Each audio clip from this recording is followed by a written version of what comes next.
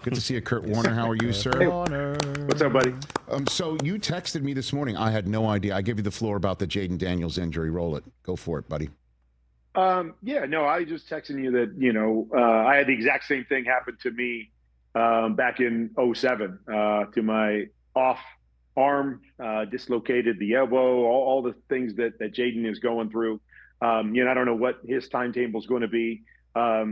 I knew at that time in my career, I'd been benched numerous times, and it was actually my second game. Matt Leinart got hurt. My first game as a starter after Matt got hurt I hurt my elbow, and I'm just thinking, really, finally get a chance to get back on the field, and this happens. But I actually played the next week. We put a brace on my left arm, to kind of immobilize it to a degree. I ended up handing off.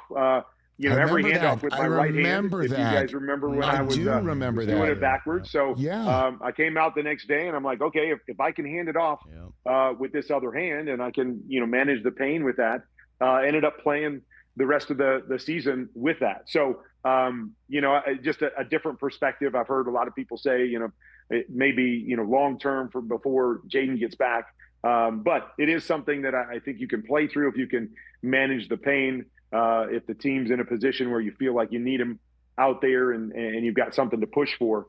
It was interesting when I saw it. Didn't want to look at it, just like I don't like to look at mine. Big Julius Peppers ended up jumping on my elbow, and that's what made it go the wrong direction, as you can imagine. But I was able to come back in the short term and play through it. Two follow-ups on that. One is, I guess, a perfect point that you mentioned. You're towards the back end of your career.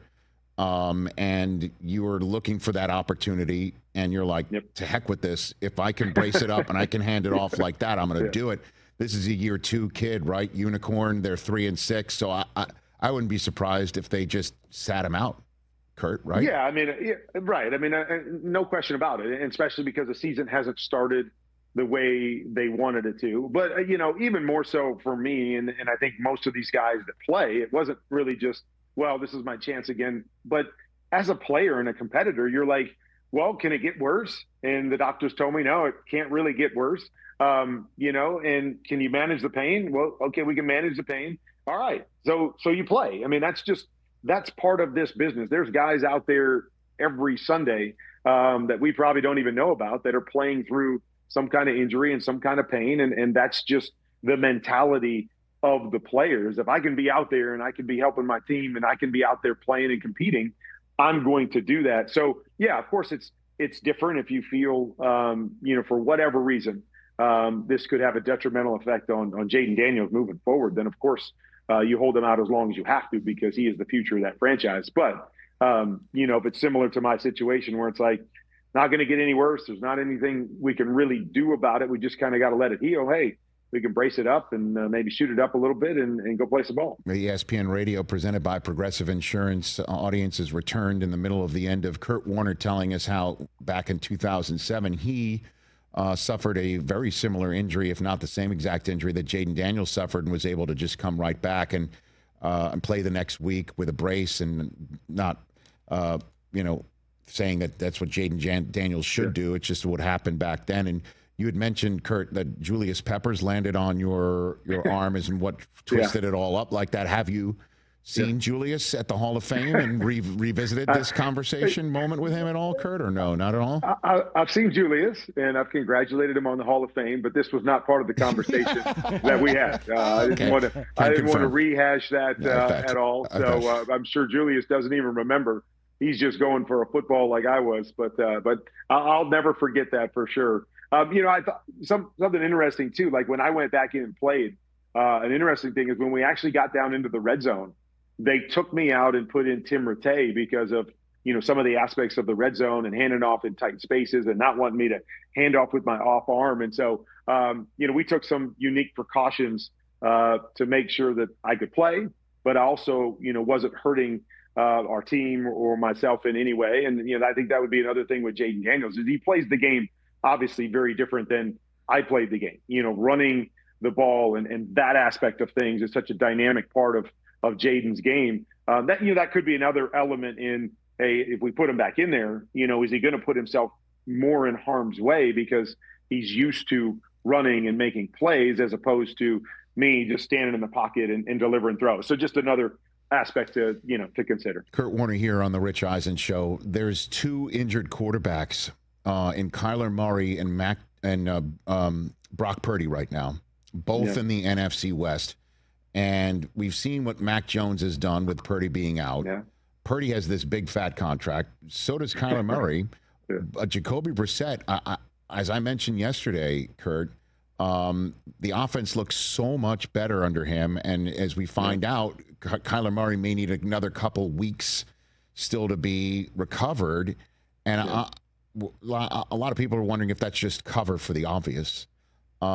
Is, from your estimation, Brissett operating this Drew Petzing offense better than Kyler Murray, Kurt? Well, I mean, yeah, I think you could say better. I mean, I would just say more on schedule and more on time.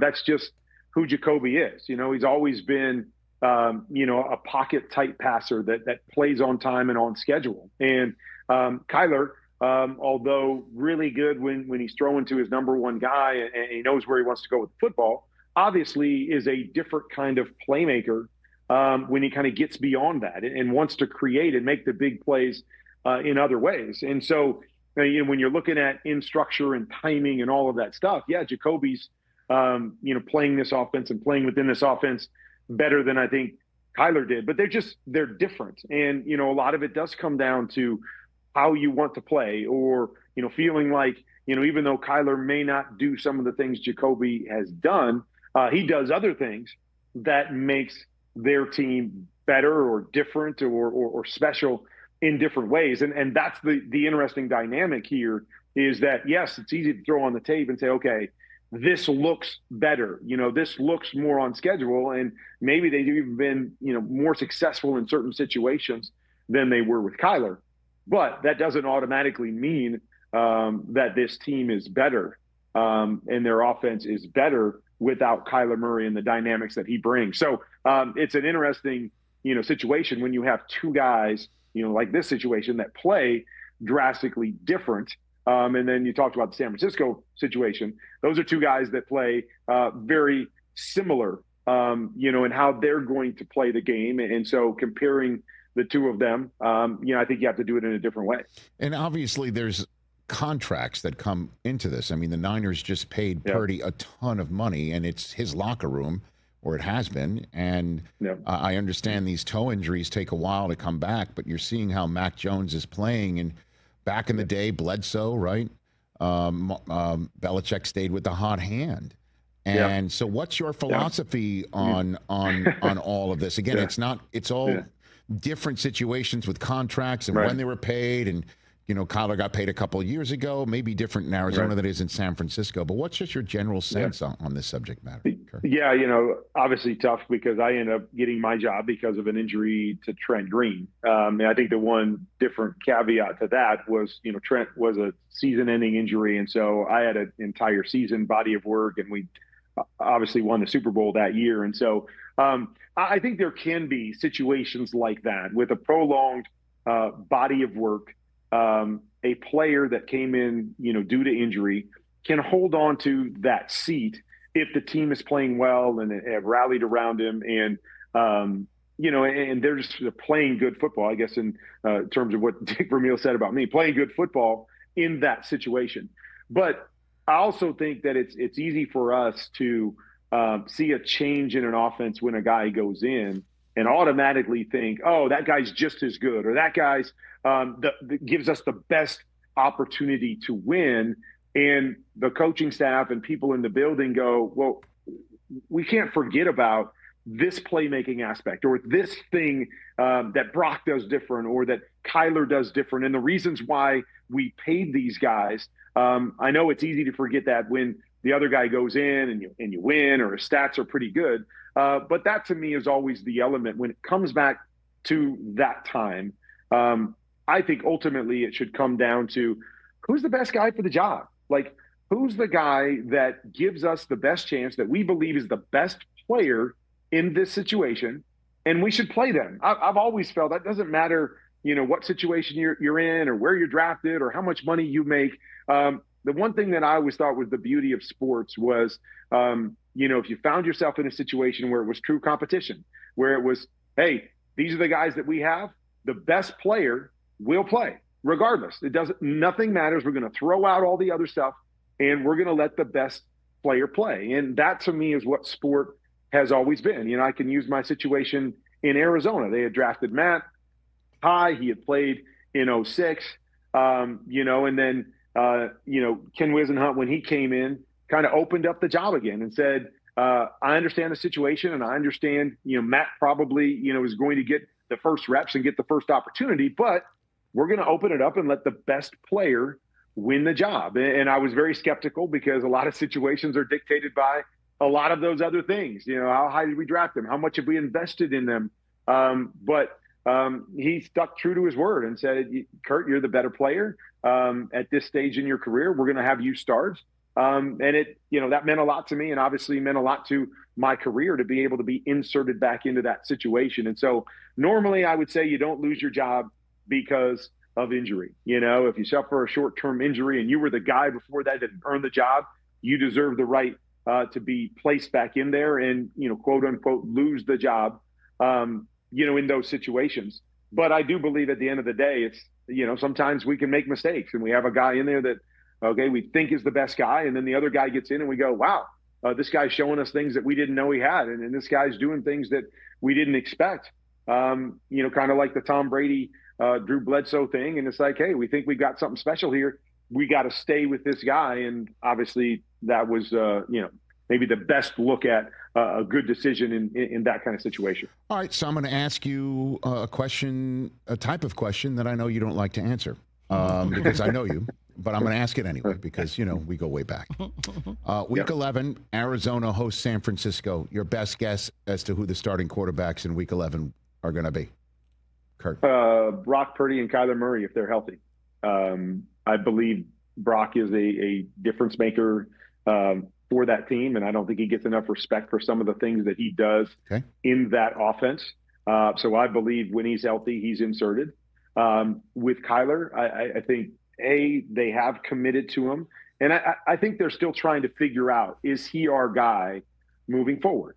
And the only way to truly do that is to let it play out and put him back on the field and, get as much of a body of work as you can to determine, okay, do we believe he's the guy for us, beyond this year or beyond what, whenever we have to move forward with the contract issues? Or do we think we need to go a different direction, that it's played out here in Arizona and we need to make another move? And so although different situations, I think, with where the two teams are with their quarterbacks, I do believe when they're both healthy, they should be reinserted and, and move forward from there. If Jacoby Brissett, good old Jake Brisket, goes up to Seattle and wins that game to bring it to 4-5, you think if Kyler's healthy, we see him at home against San Francisco the next week? I mean, it's not an easy situation, no. But I do think that that's the case. And I love Jacoby. I think he is, one of the few backup quarterbacks, use that term, backup quarterbacks in the league that has shown that they can be a starter and can be a starter in this league. And he's shown that when he's gone in. And I think that's another factor that we have to look at really with both of these situations, right? A lot of times you've got a team that has a definitive starter and then a definitive backup, a guy that you look at as a backup that can come in and win a couple games for you and play well, but you don't see them as a long-term starter. Both of these situations have guys that have been starters in the National Football League. I mean, we know that, that they've played at an extremely high level. Mac Jones was a Pro Bowler at one point in time. And so both of these guys, you're not just looking at it like a normal situation. You've got quality backups there that, are borderline starters in the National Football League anyway. So you shouldn't expect a huge drop off from your starter to these guys that we're talking about. Kurt Warner here on a Warner Wednesday on the Rich Eisen Show. Two guys hopping a flight to Germany. I'm looking at one of them, right? You're calling with Adam Amin this weekend, the Colts and the Falcons on NFL Network. Another guy is Sauce Gardner, because Right. he's now on the Indianapolis Colts. You will be calling his Yeah. first game as a Colt. What a surprise. What a blockbuster that was on Tuesday. How do you think Sauce fits into what they do schematically for a 7-2 team? This is a pretty aggressive move. What do you got for me, Kurt? Yeah, huge move. I mean, I think it lets you know where they feel they are as a football team right now, and moving forward to go get a young corner that's shown that he can play as well as anybody in the league. I think he fits into their scheme. And the thing about Sauce is that I think he can fit into different schemes, because I think he's really good in man-to-man coverage. Kind of what he was known for coming out of college. So you can place him in those situations. I also feel like he's a guy that can play, zone coverage and play with his eyes and his instincts as well. And so I think he can fit really well into what they're doing in Indy. They needed an uptick on defense. Their offense has been great.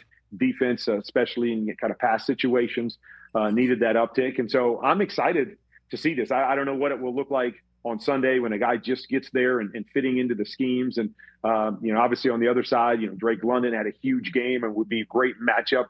Both kind of big, tall, long players going at it would be a great matchup for us in this game. But I've never gone through that where I've been traded in the middle of the season, and you have to get up to speed and figure out how you fit in and how much you can play, in the short term. So I'm excited to see how that works. I also don't know a lot about defenses. If you go from one team to another and you say, hey, we're playing cover 3, is it basically the same from one team to another, or are there a lot of nuances within it?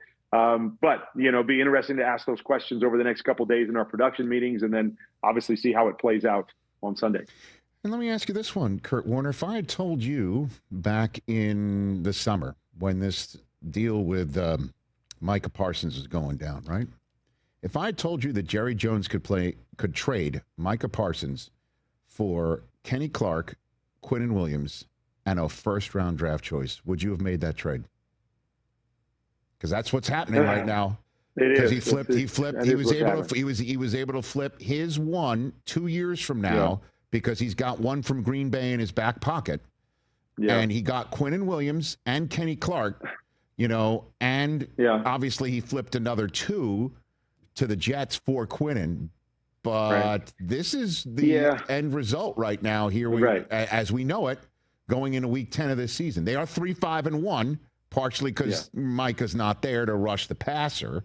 So what do you think now that we're here? I mean, I think, if, a couple of years from now, if we see what that number 1 pick does and who that is, you obviously got 2 really good players, in Clark and Williams. I mean, obviously they're good football players without a doubt. So you've upgraded the interior, your defensive line, but you've also lost, a guy that most of us feel is a generational type player. And so, again, I think it's always hard for me to go, okay, it's a good move to let somebody go that is such a difference maker, like Micah is.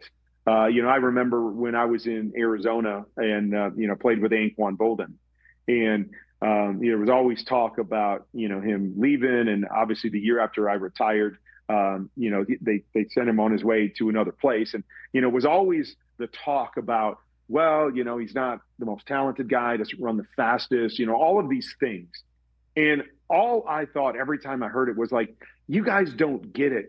I mean, this guy is a great football player. He brings things to the table that I don't care if you get somebody faster or that fits your mold more, they will not be Anquan Bolden. They won't bring to the table what he does. But too many people miss that. Now, I'm not sure they miss that necessarily with Micah because you see it. But my point being is that these guys that are great football players change the complexion of everything for your football team.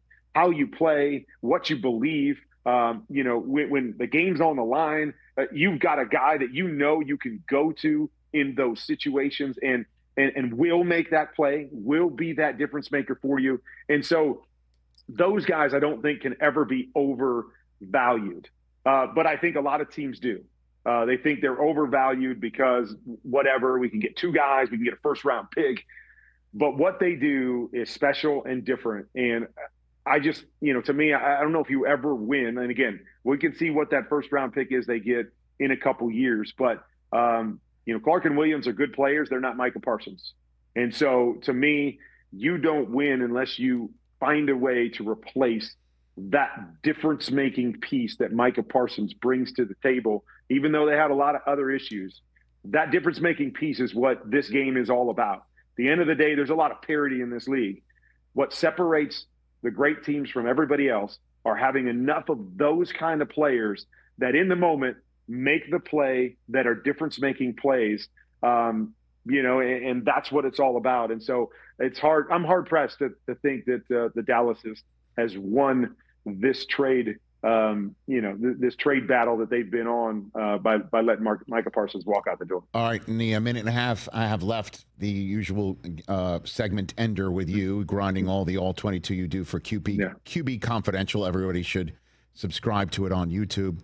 The guy who looked the best on film this past week, best performance. I'm going to stay in the NFC West, and I'm going to give you actually two guys. But if I had to pick one, I'm going to go Sam Darnold. I mean, how you go 16 for 16 in the first half, winging it down the field, 4 touchdowns, 200, almost, I think, 300 yards in the first half of that game. I mean, he was incredible. I mean, he played a great football game, continued on with what he's done all year. And then we could go, to the team in L.A. with Matthew Stafford, who continues to light it up as well. He's playing great football. We saw 5 touchdowns in London. He had 4 more this past weekend. I think I heard 21 or 22 touchdowns to just 2 interceptions at this point. I mean, it's ridiculous. We were talking about MVP candidates on our show on Sunday, and we didn't even have this guy on the board. And this guy's right smack dab in the middle of the MVP conversation, in my opinion. So those were the 2 guys that jumped off the page or off the film this weekend. Well, 21 touchdowns through the first 8 games of the season, 3rd most all time for the Rams, 2nd behind his 2021 season, but 3 behind who threw 24 in his first 8 games of the 1999 season is the quarterback of the St. Louis Rams. Who did that? That'd be you, Kurt Warner. That'd be you. I love tooting your horn because you'll never do it yourself. Well, thank you. I appreciate it. You're the best. Have a safe journey to Germany. Look forward to hearing your call, and then I'll see you back the following week. All right, buddy. Talk to you soon. Kurt Warner, everybody. Go and subscribe to QB Confidential. And, of course, check him out on NFL Network Sunday morning from Berlin, Colts Falcons. Hey, you made it all the way to the end. Thanks for that. Check us out every single day streaming live on Disney Plus and the ESPN app 12 to 3 Eastern.